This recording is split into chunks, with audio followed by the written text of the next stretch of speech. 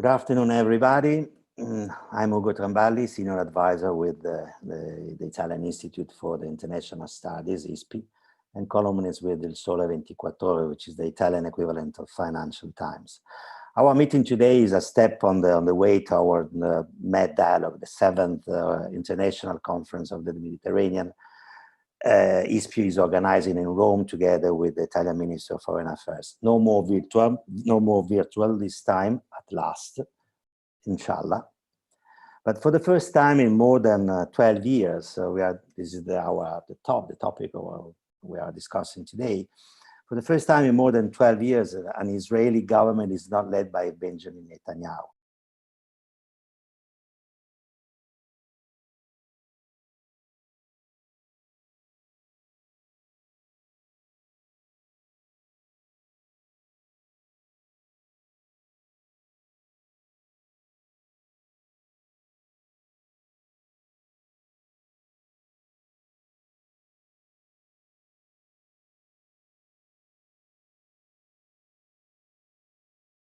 Two from the center and two leftists. And last but not least, Bibi is still there with his political skill and his rhetoric, very popular among the Israelis. We should remember that Netanyahu's Likud won the last election 30 seats at the Knesset, and his successor, Naftali Bennett, just 6.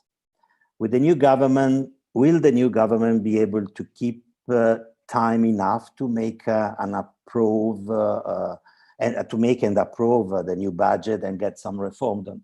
We have to remember it's 3 years now that the successful economic story of Israel doesn't have a state budget, and all this, the destiny of this government is to rule for a full mandate. And the support of another Israeli party is just a temporary political episode, or a sea change in the domestic landscape of Israel. Many events, especially in Jerusalem, West Bank, and in the mixed Israeli cities, prompt the foreign observers to believe the relations with the Palestinians, both Arab Israelis and the Palestinian Authority in the occupied territories, should be a priority for this country. But I do not think the question is in the agenda of this government as it was in the previous ones. And last, will the American administration find some room to push some form of diplomatic initiative? Well, we'll discuss all these issues and even more with our guests, which are Peter Lind, the head of research project of the German Institute for the International and Security Affairs, SWP, Anna Bagaini, visiting research fellow at the University of Nottingham, and Nimrod Goren, president and founder of MITVIM, the Israeli Institute for Regional Foreign Policies.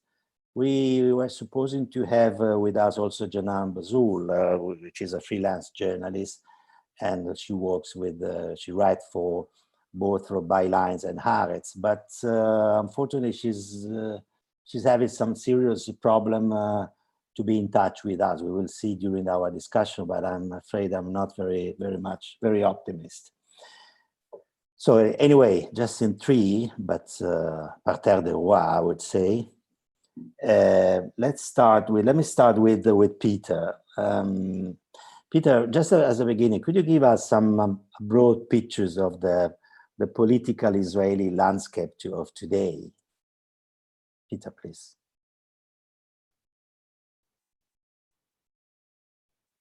Peter?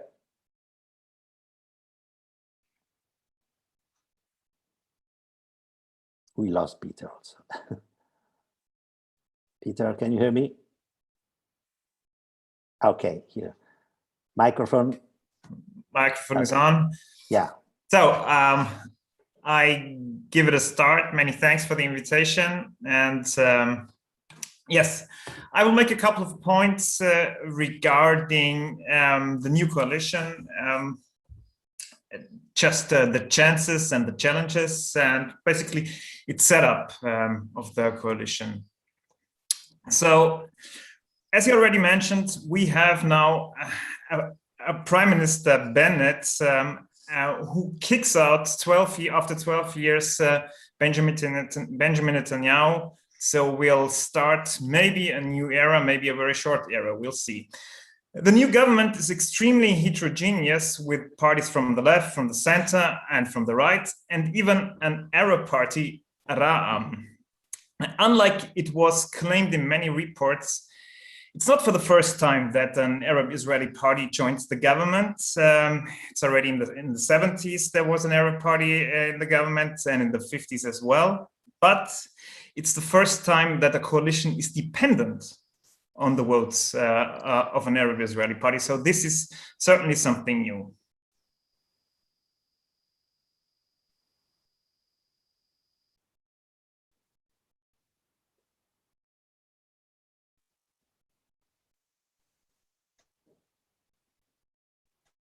Hello.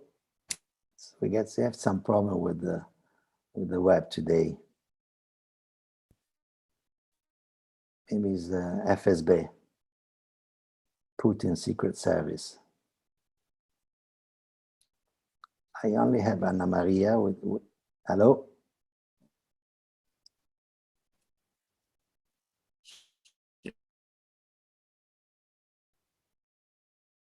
Peter.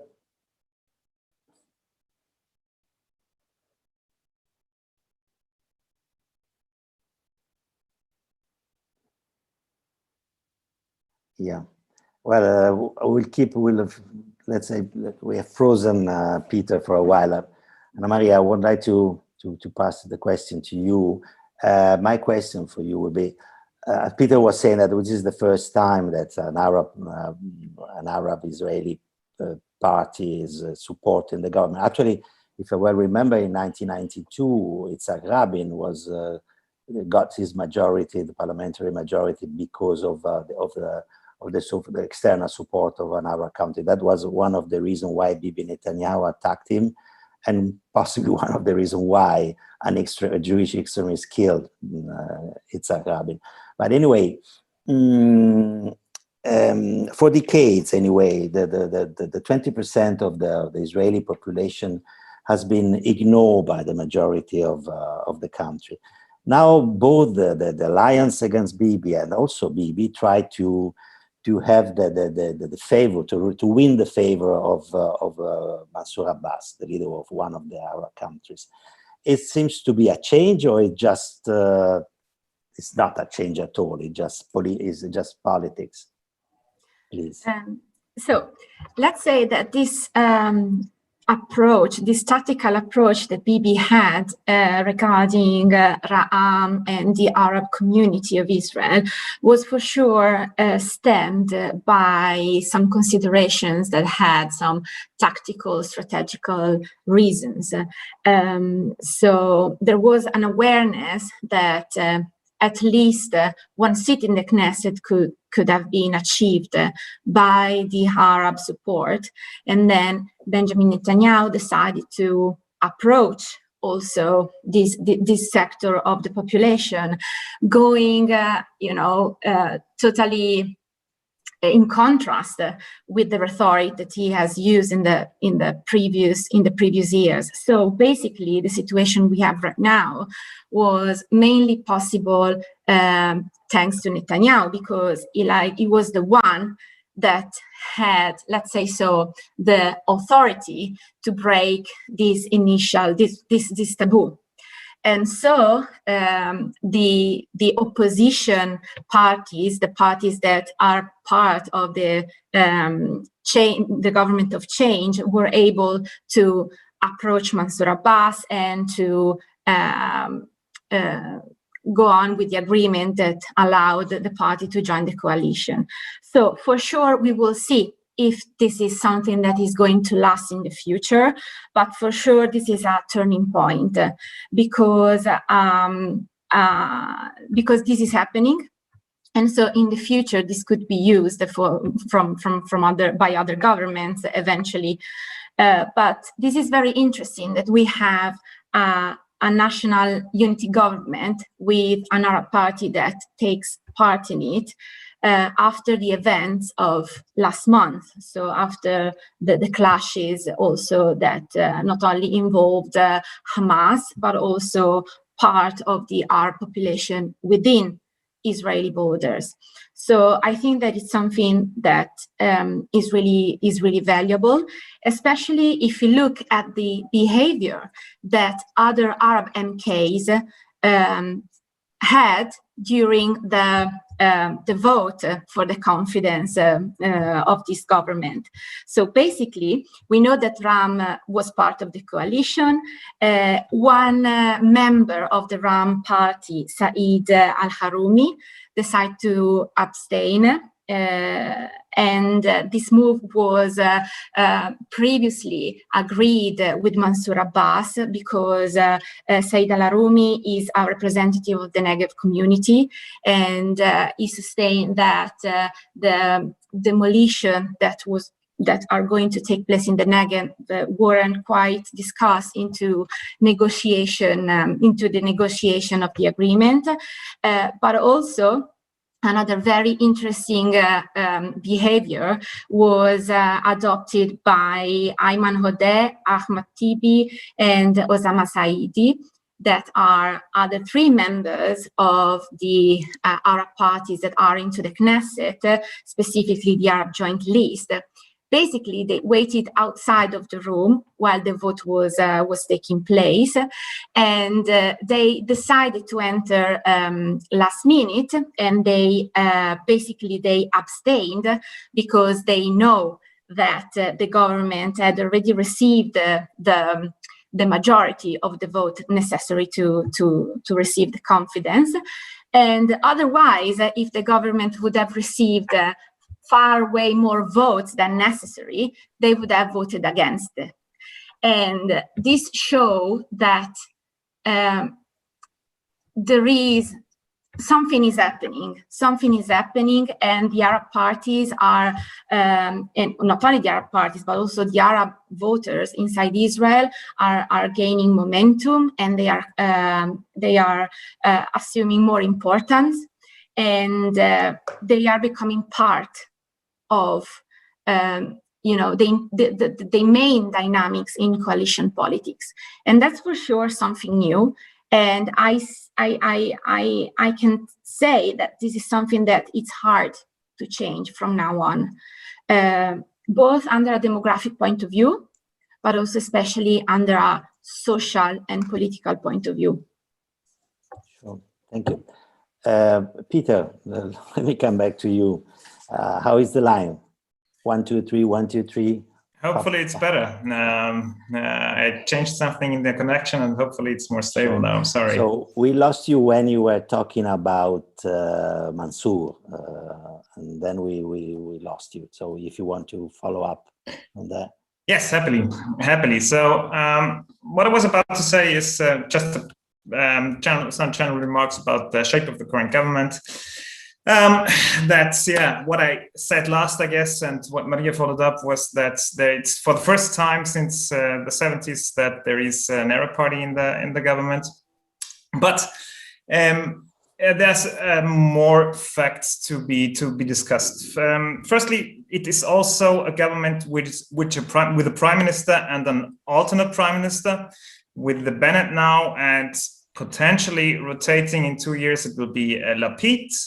It's also a government with veto blocks. The Bennett bloc, that is Tikva Hadasha and Yamina, is one block. They can veto the other block, that is the Lapid bloc. So you need to have unanimous votes on almost everything in this coalition. Moreover, of course, it is, as you already alluded to, it is a very narrow government. It has only 61 seats compared to 59 of the opposition. So enormous party discipline will be needed for each and every member, for each and every party. No one can abstain. Everyone needs to be here all the time. And this could be seen very dramatically already at the beginning of the Knesset, when Emily Muatzi, who had a spine infection, came with an ambulance to the Knesset and was voting while lying down, because of this new coalition, it was very clear that really every vote will be permanently needed.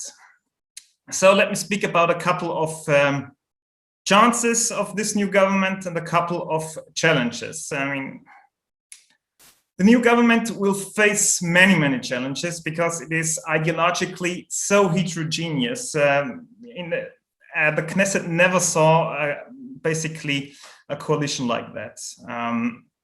So they need to focus on non-ideological things, and they need to have an enormous output legitimacy in order to sustain, to bridge those ideological gaps. What can be done by the government? What are the chances? One thing is certainly the financial rebuilding after the Corona periods. And this will be certainly at the center of this government.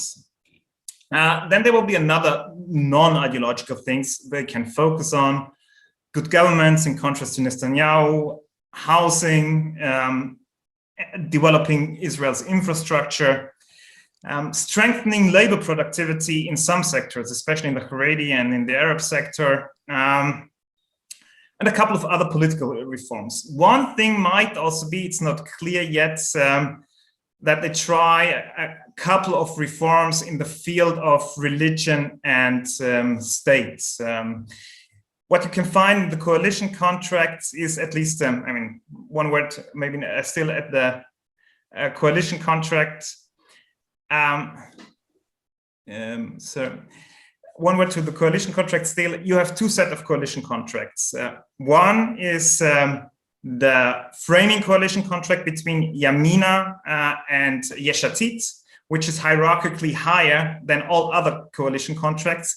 And there are a couple of controversies or contradictions between those coalition contracts, and if so, always the Yamina Yesh Atid contract will be superior. And one of the fields where they contradict each other is religion and state. Some secular parties like Lieberman's Israel Beitenu want to have a strong liberalization of everything, of public driving on Shabbat, public transport on Shabbat, on kosher food, and so on and so on. But this will probably be not all supported, but there are three core features which are supported right now also by Yamina. The one is a reform of conversion, that regional rabbis can perform conversion and break the monopoly of the Haredim. The second is an investigation into the drama of Meron, where we saw last month several dozen people dying at the Haredi festival. And the third point in the third reform will be religious pluralism in the Kotel Plaza, so that reform and conservative denominations will find a place. So this can be also a shared value of this coalition if they don't decide to include the Haredim. Now, a couple of challenges. Those challenges will pertain to everything that is ideological. One thing might be if there is a restart with a war or something with Gaza again, a flare-up, they will have a huge problem with the Ra'am in its coalition. A second thing is there will be a lot of provocation from the Israeli right, not only Netanyahu, but also from the settlers. Right now, we see that there is the necessity to evacuate an illegal outpost. My estimation would be that there will be more illegal outposts which need to be evacuated in the future. So this has potential for domestic conflict within the coalition. Or even if we see a very liberal ruling by the Supreme Court, that also has potential for conflict, because especially Bennett, but also Tikva Hadasha, have an open flank to the right. And this will be used by Netanyahu and other right-wing politicians to criticize them, as they do already, to tell them Netanyahu coined Bennett already as a traitor, that it was the biggest fraud in the history of democracy, I think he called it, very much like Trump. And so on and so on. So what we will see in the upcoming months is a constant attack by Netanyahu and others from the political right on specific candidates within the right-wing coalition, because they have only one seat majority, so they will constantly try to frame something to bring up topics which brings the coalition at unease. And yeah, I'll stop here for now, and we can continue that later. Thank you.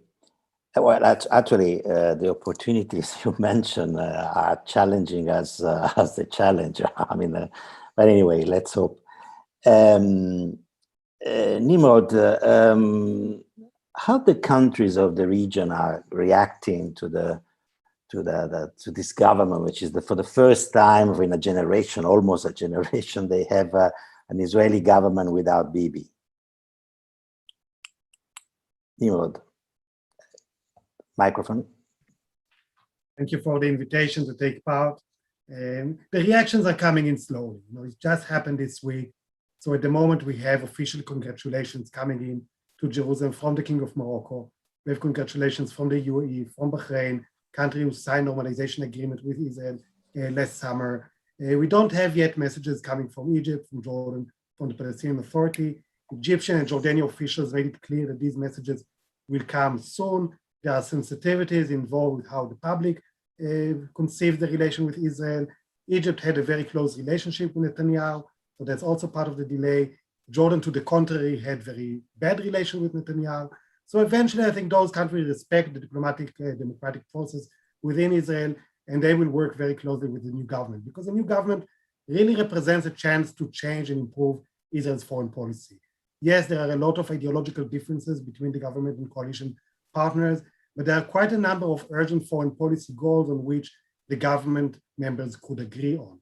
Partly because Netanyahu, although he presented himself as a superstar diplomat over the last couple of years, is leaving office after leaving some things in quite a bad situation. We saw the crisis with the Palestinians, both in Jerusalem and in Gaza. We see relation with Jordan almost at an all-time low. We see potential for the Abraham Accords that was not fulfilled this year. Netanyahu did not even make the official visit that was planned and postponed time and time again. We saw the over-reliance on Trump and the Republican Party. So there's a culmination of issues that need to be fixed, and I think the new government members acknowledge that. The new coalition has quite a number of center and left-wing politicians and leaders in foreign policy-related positions, whether it's Foreign Minister Lapid and his deputy Dan Rol, both from Yesh Atid, the centrist party, Minister of Regional Cooperation, Isawi Frej from Meretz, Minister of Diaspora Affairs from Labour Party, Nachman Shai, the head of the Foreign Affairs and Defense Committee, the most important committee in the Knesset, is led by Yesh Atid, and the subcommittee on foreign relations is led by Labour, Emily Moati. So there is a real presence for the center and the left in decision-making on foreign policy issues, and that's a big change, plus the basic fact that Netanyahu, that caused quite a bit of antagonism among many of Israel's partners, and I mentioned Jordan, but you can add to the list also Turkey and France, and even the US is out of the picture, and that by itself opens a new page in Israel's foreign relations. And there are quite a number of priority issues on foreign policy in which the new government could move on. First, it's restoring the dialogue channels with the Palestinians. And yes, we know that there's big differences on ideology between coalition partners, and we cannot expect a real progress towards a two-state solution within the current political context. But there's much to do before that. The resumption of relations between Israel and the Palestinian Authority on the ministerial level. There was almost no contact whatsoever between Israeli and Palestinian ministers under the last government, and that should be fixed. Relation with the Gulf states could be taken to a new level, and we can elaborate later on that and how that could be done. Relation with Jordan could be fixed. An ambassador from Turkey and to Ankara, once again, should be put in place. A negotiation with Lebanon on the maritime border that were launched last year and got stuck could be moving forward. And most importantly, the foreign ministry of Israel, the chief apparatus that needs to lead diplomacy and diplomatic effort, which was very much weakened under Netanyahu, will now be bringing back to the center stage of Israel decision-making. In the first place, you will see implication for that will probably be the relation with Israel's strongest ally, the US. I think all coalition members from the right to the left stressed in the election campaign the need to restore bipartisan support for Israel in the US, to develop good relations with the Democratic Party, to rebuild the trust, reaching out to new audiences within the US, and that's a consensus issue. It will also reflect on the Iran deal. It's not as if the right-wing parties will support the Iran deal, they will not, but they support engagement with the US on the Iran deal rather than a total rejectionist policy that Netanyahu had in the past. And finally, we could also see it play out in Israel-Europe relations. The relations were quite bad until a year ago. Gabi Ashkenazi, as the foreign minister under the outgoing government, tried to move them forward and succeeded to a certain extent. But the fact that Netanyahu was still there as prime minister, there was a limited tenure for the foreign minister, did not enable, for example, Joseph Borrell to push forward the idea of reconvening the Israel-Europe Association Council, like something that both sides agreed upon. But there was still political consideration and limitation that with a new government, and Lapid has a very good connection with Macron, and the French will be the president of the EU starting early next year. So I think even in Israel-Europe relation, you will see something moving forward. And all of those international actors acknowledge that the Palestinian issue will not be the place where Israel will move forward with, as long as there are not steps being done that cause real damage to prospects of the two-state solution. I think the international community will be willing to give Bennett and Lapid the space to settle down and to start working together and to work cooperatively on a number of foreign policy issues. So according to what you're saying, we should at least cultivate some hope regarding an opening of a sort of a channel of negotiation for, I wouldn't say a peace process, because I don't know which point of this process is, but at least a channel, a path of a political and diplomatic negotiation. Yeah, over the last few years, you saw a delegitimacy campaign against almost anyone talking about Israeli-Palestinian peace within Israel. Prime Minister Netanyahu tried to portray the issue as not relevant anymore. Now we have ministers in the government coming from labor, coming from Meretz, people who came from Peace Now, who are activists in Peace Now, who are supportive of civil society work between Israel and Palestinian peace NGOs. It's a totally different landscape. I think much could be done. It's not the dream government of the Israeli left, but it's so much better than what we had. And I think you'll see very positive consequences of that as long as this coalition manages to stick and work together. Sure, thank you. Let me sort of follow up. A question for Anna, but I mean, it's a question for everybody, for all of you. Well, at the end of the day, yeah, Bibi was almost canceled the Palestinian issue, almost canceled any kind of peace process that didn't come from Donald Trump and his family and his son-in-law. But at the end of the day, the economy was fine. The high tech was booming. Even in 10 years ago, I mean, after the crisis, the financial crisis of 2007, 2009, Israel was the only, let's say, Western country with a booming economy. Then the fight against the COVID. I mean, Bibi performed something, some very important. So my question is, why a huge number of Israelis are against him? They hate him at the point to form such an heterogeneous alliance just to beat only him. Just the real reason is to beat him, to put him out of the pictures. I mean, why? I start with Anna, but if someone wants to say something, be open. The floor is open. Thank you for the question. So I'll start saying something that maybe goes a little bit against what you just said, because some observers said that, of course, under these 12 years of Netanyahu government, Israel had plenty of economic prosperity. Also, the death casualties that comes from terror attacks or confrontations are at the historical minimum level. Also, speaking about diplomacy, was able to reach great results, like, for example, these Abraham Accords, and lastly but not least, the great vaccination campaign that Israel undertook in these last few months. But some observers said that if we look very closely to these results, we're able to achieve not just because Netanyahu did good, but if we look in an historical perspective, some of these results were possible because of some some legwork that has done in the previous years, or for example, I'm speaking about, for example, the economic results, and if we look to diplomatic achievements, like, for example, the Abraham Accord, or the decreasing of tensions at the borders, that is not totally true, are also due because a general realignment of the region, of the balance of the region.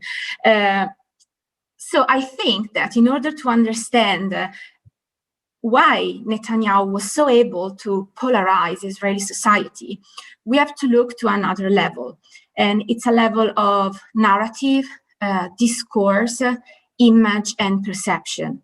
And Netanyahu is leaving office with a great score. He totally won.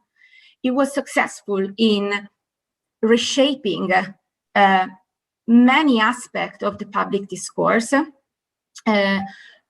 One main aspect, for sure, is the Palestinian issue. So he was able to put it on the background and to prove to the world that it's not true that time is against Israel. It's not true that Israel cannot thrive and prosper without having the Palestinian issue solved. And on an internal level, he was able to create a narrative for which there is left and right.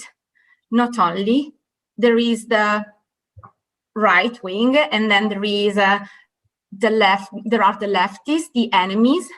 So he was able to put a label on not on the majority of Israeli society, but on a lot of segment of Israeli society, and he was able to stir the clash between two sides, and it was very able to offer this view in order to bring about his own political project.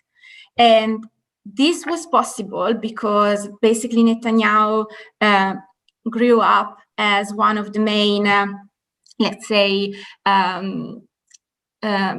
characters of the Hasbara late in the day. He started as working in the embassy, in the Israeli consulate in New York back in the days, and that was his job basically, to give a different explanation of Israel, to bring to people the Hasbara. That's the term, and this what he did during these 12 years, and I think that that was the element that triggered the polarization that we see today, that triggered the opposition that we see today. So this large government that has just been born comes from this kind of it's like if the Israeli political system reached the maximum level of this kind of rhetoric and this kind of political tactic, and the government of change is possible today because basically Netanyahu ran out of allies. He was left with no partners with which to build the government. And I think that this was also due to his, personal abilities, his character, his personalities, the way he conducted politics in the last 12 years. And I think that's something that is really hard to intercept because we are not part of Israeli society. We are not there. So it's really hard to grasp entirely. So I think that this is the main point. Was the main element, the main factor that contributed to this kind of polarization and of position. Of course, it's very interesting because I think that since Netanyahu is still in the opposition, until he will be there, I think that he will be still the main, let's say, element that will provide the glue to this political coalition. Of course, there are many other issues, as Nimrod and Peter mentioned, that will contribute for this government to work or to dismantle. We'll see. But I think that Netanyahu will be very important, even and probably because he will try anything to bring down this government, as he mentioned the very same day of the vote of confidence. Thank you. And we'll see. Well, just Hasbara, just for our viewer, is propaganda, and the Bibi transformed his Hasbara into reality for the people. That was the main issue of Bibi. By the way, for those who are watching us, if you want to send questions, the floor is open. Do you agree with what Anna said regarding Bibi? Short. If I may add something to that, I agree with many things Anna said, but I would add one thing which strikes me to be of great importance, and that is Netanyahu's trial of corruption. Because we see now the ongoing crisis of 4 elections. We had almost a 5th election. And this is, in my opinion, exclusively because of the fact that Netanyahu wanted to have a right-wing coalition, or a coalition which grants him an immunity law. And he could not, in 4 election circles, get a coalition that would grant him that immunity law, because originally only the right-wing parties were ready to do so. Then the first to step out was Lieberman, and then it was like one party after another. Now we have 3 right-wing parties who are not ready to do that. If that wasn't there, Netanyahu would have been easily able to form a coalition with the center party as well. That wasn't Netanyahu's problem. But this limited Netanyahu's ability to form coalition with other parties. And therefore, he basically took Israel, the political system, for his own benefits, and threw them an election after an election after an election. And this contributed, in my opinion, heavily to the fact that the other parties, especially from the right, were fed up with Netanyahu and said, look, we need to go on with the state, we need to have a state budget, and so on and so on. So in addition to what Anna said, I would say the corruption trial had a huge impact on Netanyahu's ability, and also that maybe beyond that, it radicalized also his position on a couple of points, for example, annexation or the Supreme Court and stuff like that. Sure, thank you. Nimrod, so we know that the American administration, the Biden administration, wants to keep as far as possible from the Middle East, especially from the Israeli-Palestinian issue. Of course, it will keep the embassy in Jerusalem. It will keep the Abraham process, if there is still a process. What the change we are watching now in the Israeli government would be enough to convince the Biden administration to try to do something concrete to restart a process of negotiation, slowly, of course, in long term, but a real process of negotiation. So first, the change in the American position began before the change of government in Israel.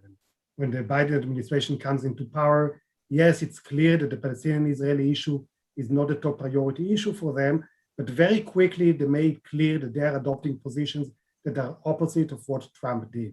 So it was opposition to the Trump plan. It was reaffirming American support for the 2-state solution. which was rebuilding the relations and the trust and the diplomatic representations of the Palestinian Authority with the US and in the US. So those were things happening very early on in the Biden administration. Then the recent escalation in Gaza also made the Americans need to actively intervene in mediating, and how they responded to that crisis made clear that they want the win for themselves.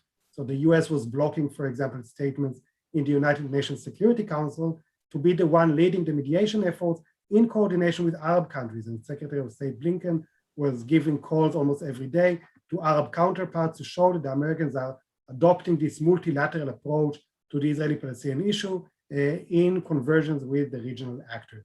So I think the Americans have quite made a distance in the last few months in reaffirming their traditional American policies, in showing their ability and willingness to mediate.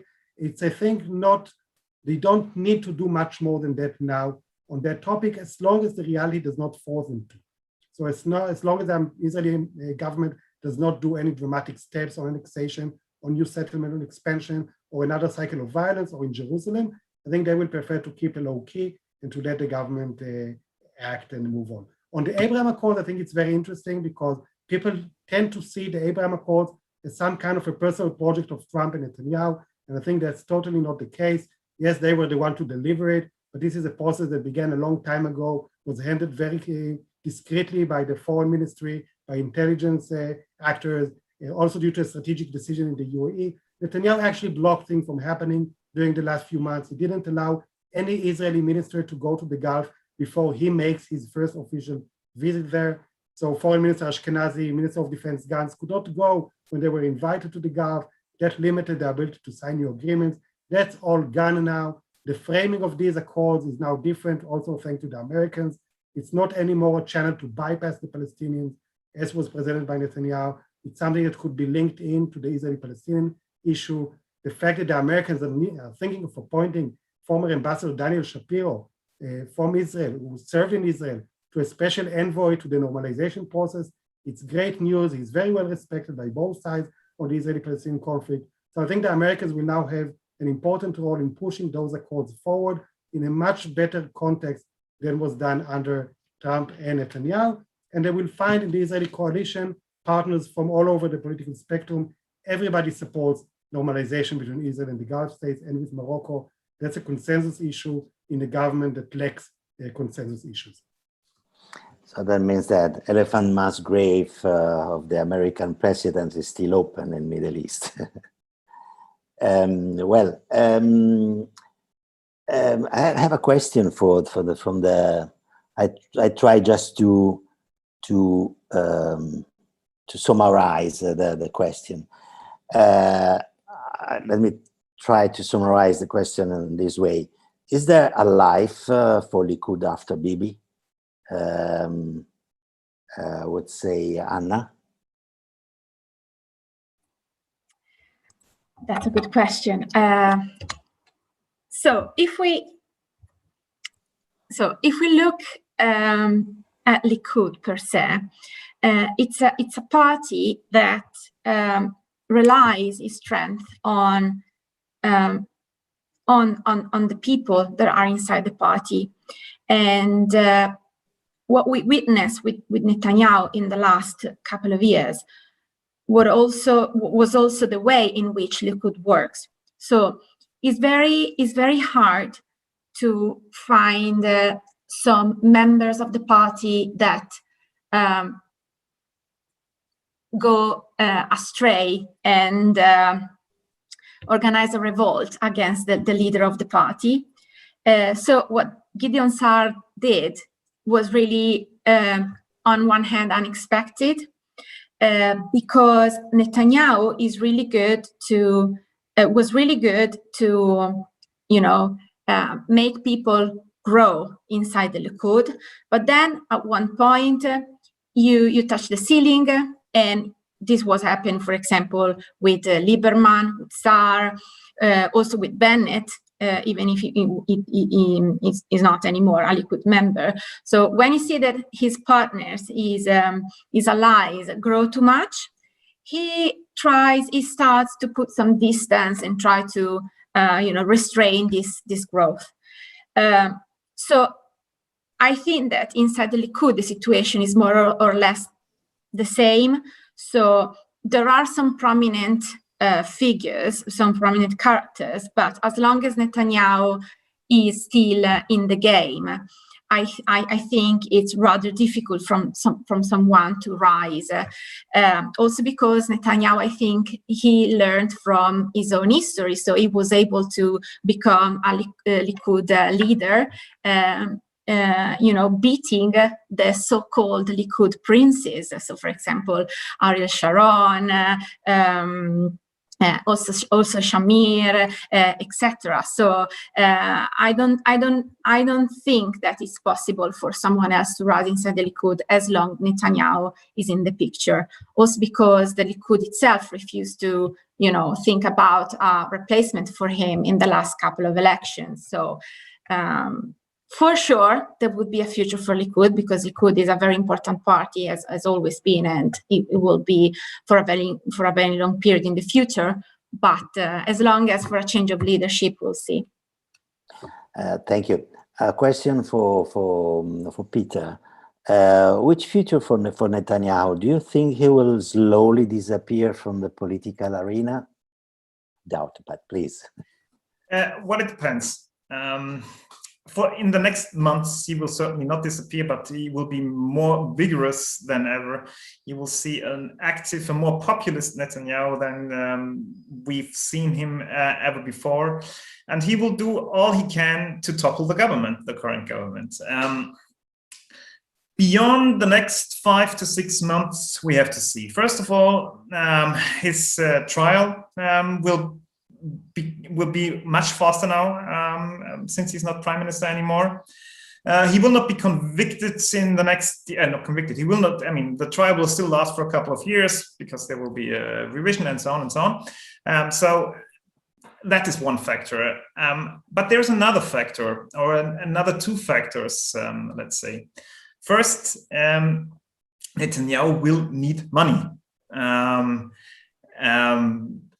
Because the trial is incredibly expensive. I think he has, as far as I know, it costed him already several million, and the amount you can earn as a Knesset member is limited by Israeli law. So the moment his lawyers will say, look, you're not prime minister anymore, we want to see some money, he has to see where he can get money and where he can earn money. And this might be, he can easily earn money for book contracts if he goes to the US, but he probably will have to leave the Knesset for that. So that might be one potential exit of Netanyahu in the next 6, 7, 8 months, if there is no sign that, if the current government will be stable. And of course, the thing Anna alluded to, maybe there is someone in the Likud after a certain period of time when people say, look, Benjamin Netanyahu, look, Bibi, we tried now for 6, 7, 8 months. We were not successful in toppling the government, but we know we have a serious chance of getting back to the government if we have a different leader. So time might be against Netanyahu if the current government of Naftali Bennett is stable. Sure. A question for Nimrod. Under what circumstances do you ascribe the deteriorating relationship with Turkey to Netanyahu, given the unprecedented belligerence of President Erdogan of Turkey?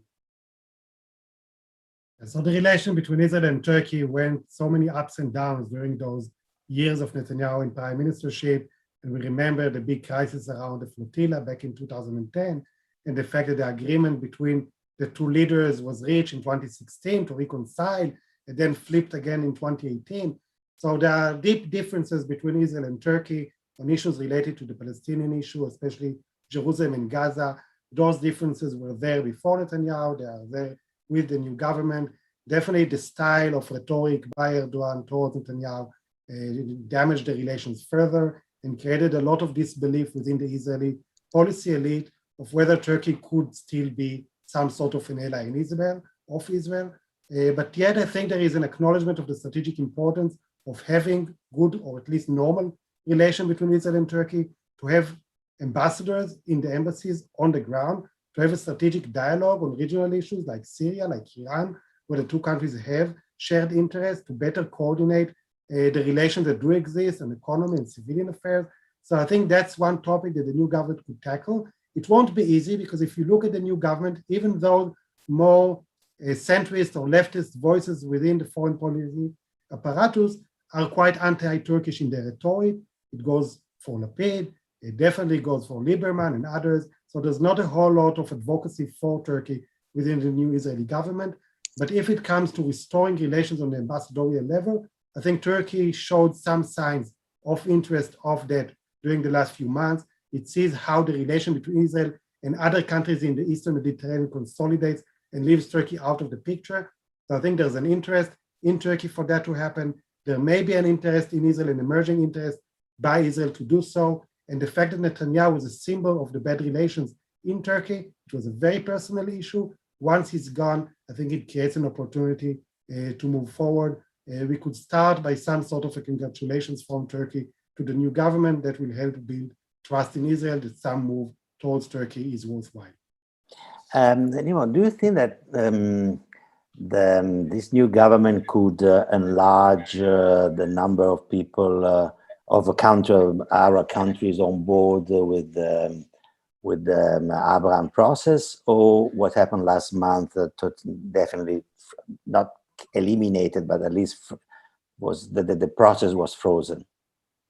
So we heard the promises of the previous American president for about 5, 6, 7 countries that will join in the process, and that never happened. So currently we have countries that have normalized relation with Israel. As I said before, I don't think that was a personal gift to Netanyahu that will go away now. It was a strategic decision that will continue and perhaps even improve. In order to expand that to additional countries, I think there will be a need for progress towards a two-state solution with the Palestinians.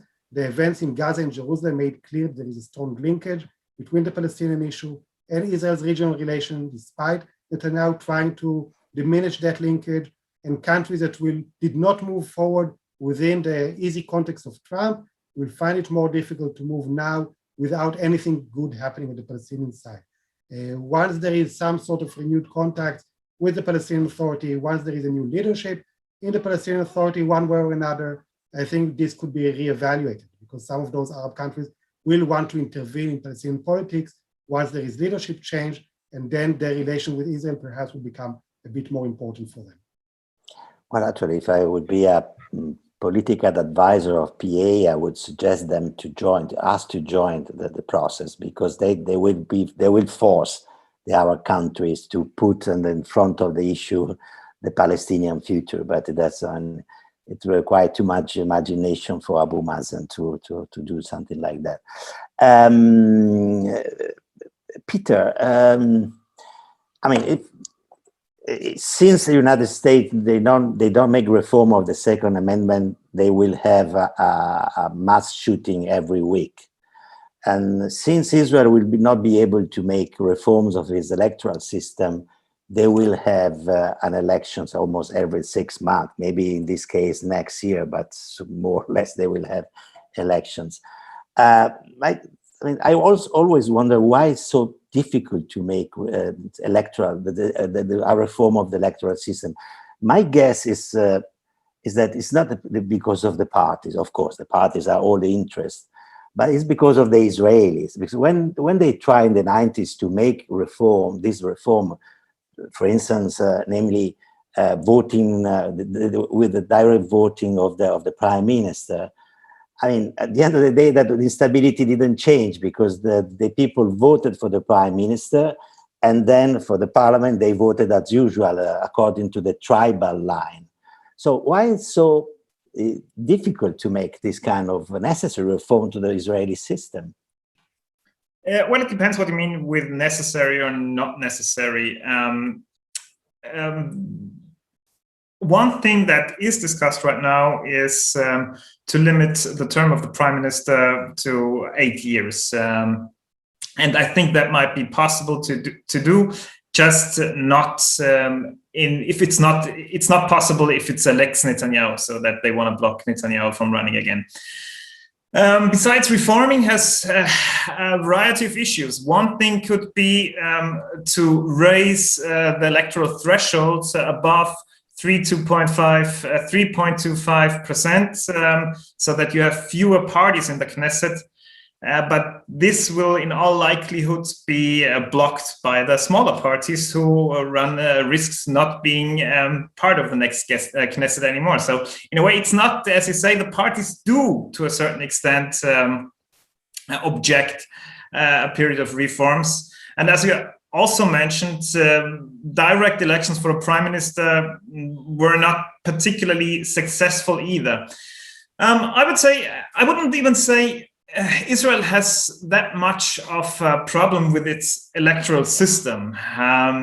It is running more or less smoothly. The problem of the last 4 years was, the last 2 years, 2.5 years, was an ideological problem we saw with Netanyahu. What comes beyond that, beyond the reforms, I don't know. But at the end of the day, Israel is simply a very heterogeneous society, which and representation of those very heterogeneous different groups is also something good. They find a representation in the Knesset, even if it makes it sometimes more difficult to form coalitions or so. So I'm not sure what kind of reform beyond term limiting we'll see. Anna, what is your assessment of this, of the issue of reform of the Israeli political system? I agree with what Peter said. So, I think that what we witnessed in the last couple of years was due not for for a weakness of the laws or because the system doesn't work per se, but I think that what the Israeli political system experienced was a stalemate that was caused by, let's say, a specific situation that was, let's use the word ideological, even if I don't think it's the best one. But I think we witnessed a stalemate in the political system that was due to a particular configuration of the political system, how parties behaved in these last 2 years is not a, within brackets, common behavior for Israeli political system. The result, for example, is this very large national unity government. So, because there was an element that was quite new for the Israeli political system and was a specific style that lead Israeli politics. And I think the parties behaved consequently, and also the Israeli electorate behaved consequently. And I think that Israel is a system, is a state, and is a political system that was based and was born on the idea of a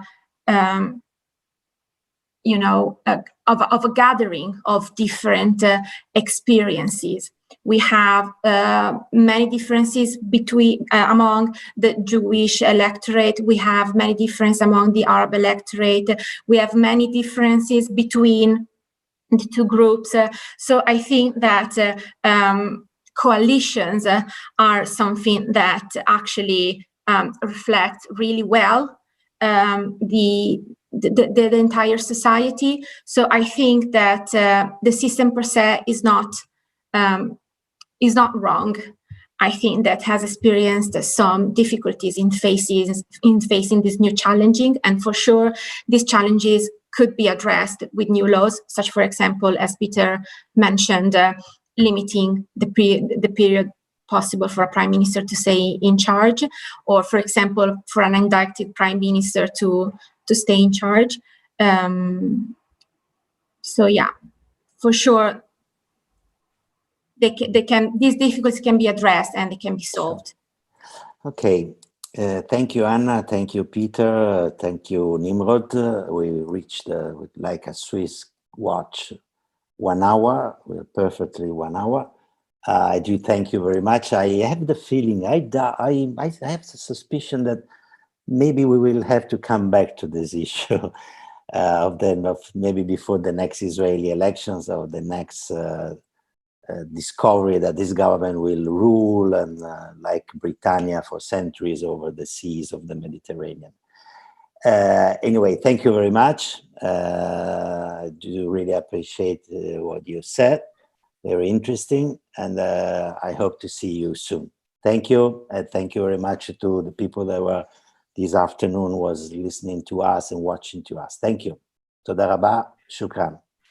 Thank you very much. Thank you.